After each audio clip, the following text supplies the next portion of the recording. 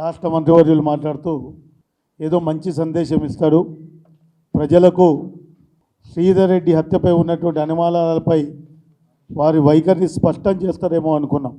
కానీ రాష్ట్ర మంత్రి వ్యవహరించాల్సిన తీరుగా కాకుండా ఒక వీధి రౌడీలు, ఆకు రౌడీలు మాట్లాడే భాషను మాట్లాడి ఒక వ్యక్తి ప్రాణానికి విలువ లేకుండా అడ్డదిడ్డంగా మాట్లాడడం ఆయనకే చెల్లింది.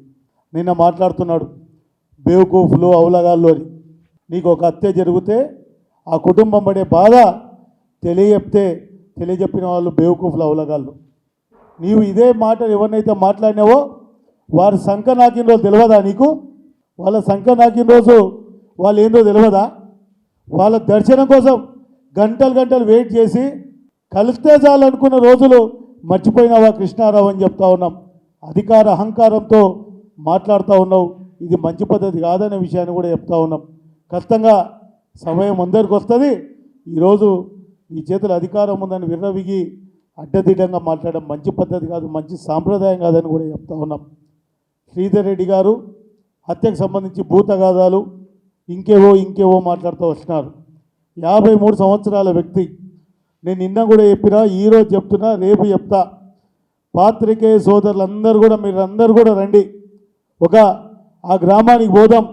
శ్రీధర్ రెడ్డి ఎలాంటి వ్యక్తి అనేది కూడా చెప్తారు, భూతగాథాలు చెప్తారు. మల్లేష్ యాదవ్ గురించి చెప్తూ భూతగాథాలు ఆయన హత్యకు కారణం అని చెప్పినారు. ఏ గ్రామంలో భూతగాథాలు లేవండి? భూతగాథాలు తెలంగాణ రాష్ట్రంలో ఎక్కడ భూతగాథాలు లేవా? ఏ గ్రామంలో తగాదాలు లేకుండానే ఉన్నాయా?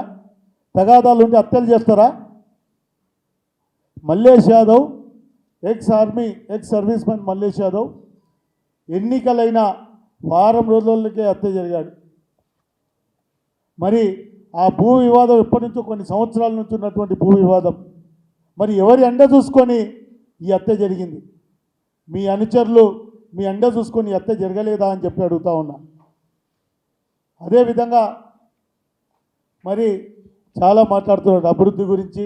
కొల్లాపూర్ రూపురేఖలు మార్చిన ప్రజలు నాకు అవకాశం కల్పించినారని. తెలంగాణ వచ్చినాక కేసీఆర్ గారి నాయకత్వంలో కొల్లాపూర్ నియోజకవర్గం అభివృద్ధి చెందినమాట వాస్తవం. మరి శాసనసభ్యునిగా నేను కొల్లాపూర్ సంబంధించినటువంటి నేను ఎమ్మెల్యేగా ఉన్నప్పుడు కేంద్ర ప్రభుత్వాన్ని ఒప్పించి సోమశీల దగ్గర బ్రిడ్జు తీసుకొచ్చినాం, నేషనల్ హైవే తీసుకొచ్చినాం. నీవు ఇన్ని సంవత్సరాలు ఉండి పెద్ద కొత్తపల్లి మండల్ హెడ్ క్వార్టర్కి ఒక జూనియర్ కాలేజ్ తీసుకురాలేకపోయినావు, మేము తీసుకొచ్చినాం. మళ్ళీ ఏం చెప్తావు? రండి అభివృద్ధి చూస్తావు, నేను చేసిన అభివృద్ధి అంటావు. అభివృద్ధి కాదు నువ్వు చేసేది. ఈ అరాచకమైనటువంటి పనులతో రాజ్యం వెళ్ళాలనుకుంటున్నావు.